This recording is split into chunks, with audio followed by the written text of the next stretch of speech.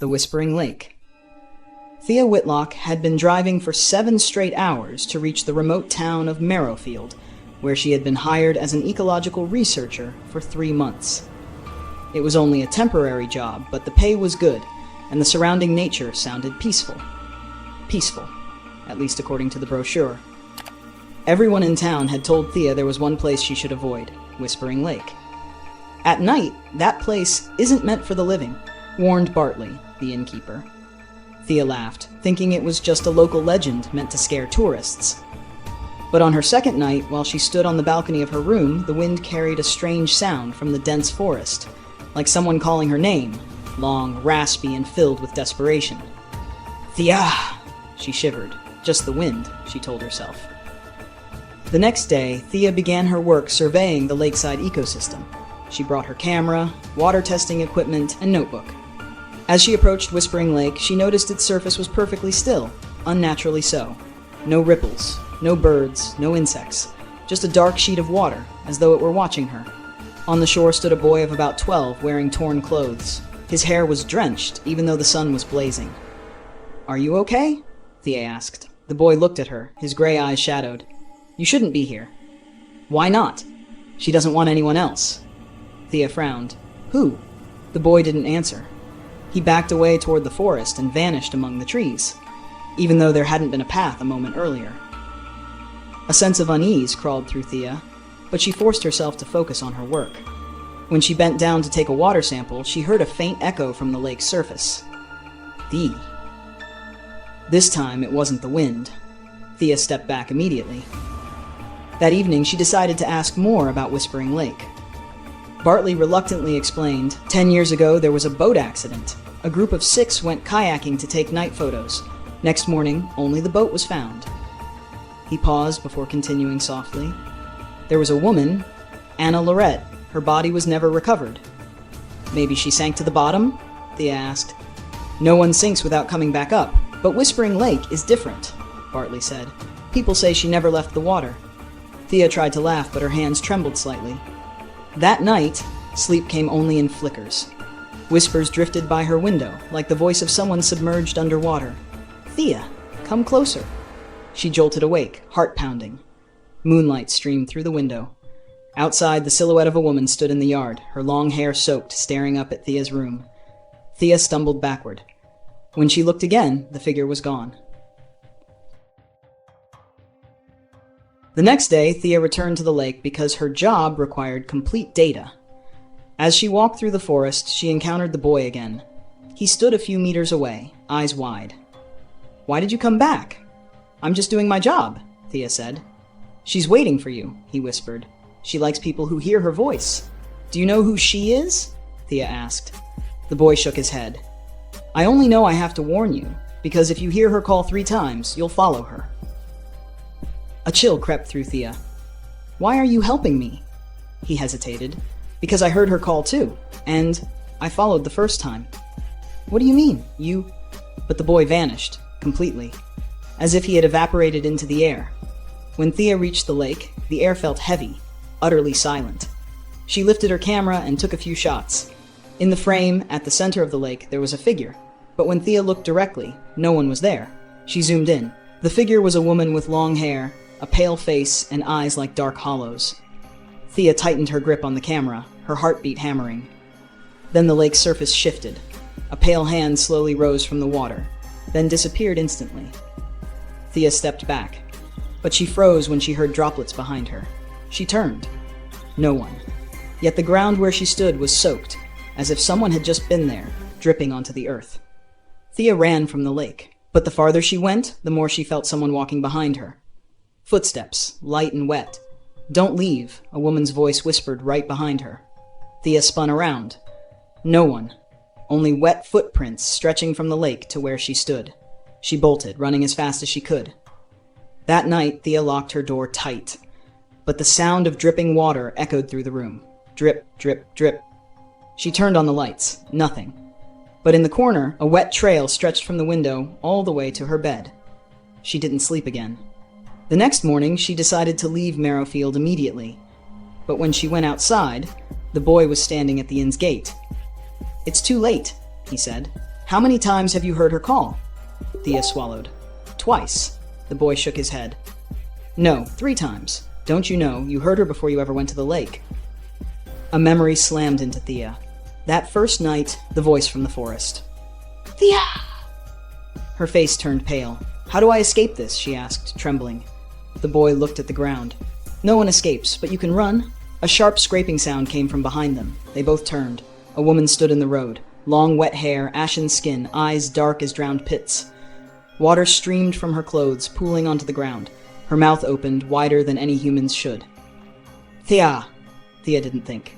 She jumped into her car and started the engine. In the rearview mirror, the drenched woman was chasing her, but her feet didn't touch the ground. She glided over the road, faster and faster. The car windows fogged with moisture. A cold, wet finger traced words across the windshield. No one leaves the lake. Thea screamed and sped off. The car shot out of Merrowfield. She didn't look back. 3 months later, Thea was living in another city, trying to forget what had happened.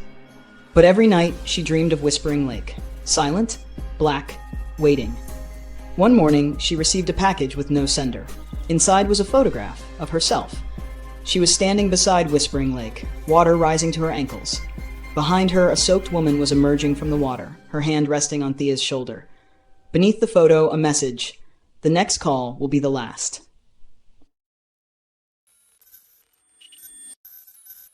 Beneath the still waters. The wind hissed through the pine trees as Evelyn Hart tightened her scarf and stepped out of the car. The sky hung low with swelling gray clouds, muting every sound except the crunch of damp soil under her boots. Before her lay Lake Morwen, a wide, glassy expanse famous for its unnatural calm enough to reflect the world with perfect clarity, as if it were an enormous mirror laid upon the earth. Evelyn had not returned here for almost 15 years. She had promised herself she never would. But when she received the letter, written in shaky handwriting she recognized instantly, every part of her knew she had no choice. It was a letter from Nathan Crowley, her childhood friend, the only witness to what had happened that night long ago. His message was simple, almost frantic. She's still here. She's calling for us. Come before it's too late. The words had haunted Evelyn's dreams for weeks. Now she stood before the lake once more, the air colder than she remembered, as if the water exhaled a constant breath of winter. Nathan was waiting near the old wooden pier. He looked worn, thinner than before, with eyes that darted nervously at every ripple on the lake's surface. You actually came, he said, voice trembling. I had to, Evelyn replied. Your letter, what do you mean she's still here? Nathan swallowed hard. You know who? Evelyn's chest tightened. Of course she knew. Mara Ellington, their friend who had vanished into the lake one stormy night. Her disappearance ruled as a tragic drowning. But the two of them, they had always known something was wrong, something unnatural lurking beneath those perfectly still waters. Nathan motioned toward a small cabin nearby, its wooden boards warped with age. We can't talk out here. She listens. Inside, the cabin was lit only by a single lantern. Maps of the lake were pinned to every wall, marked with circles, notes, and scribbled warnings. Evelyn felt a chill crawl up her spine. You've been investigating this? She asked. For years, Nathan answered. And I found patterns. People hear whispers near the water at night. Some say they see a figure standing on the lake, not in it. And others, he shook his head. Others hear their names being called from below. Evelyn felt the air shift. The wind outside had gone quiet. So why call me here? She asked quietly. Because she's been calling your name too, Nathan said. And last night I saw her. The lantern flickered violently. Nathan leaned closer, lowering his voice. She didn't look like Mara anymore. Her skin was pale, like she'd been carved out of moonlight. And her eyes, empty, completely empty. Evelyn's heartbeat pounded in her ears. I replay that night over and over, she whispered. We told everyone it was an accident, but it wasn't. Nathan nodded slowly. We let her walk toward the lake. We didn't follow. We didn't stop her. Before Evelyn could respond, a heavy knock echoed through the cabin. 3 slow knocks. Nathan froze. Don't open it, he mouthed. The knocking intensified. 3 knocks again. Then silence. Evelyn's breath trembled. Nathan, we should leave. He nodded, grabbing his flashlight. Stay close. They stepped outside into the cold air. The lake shimmered in the moonlight, more reflective than glass.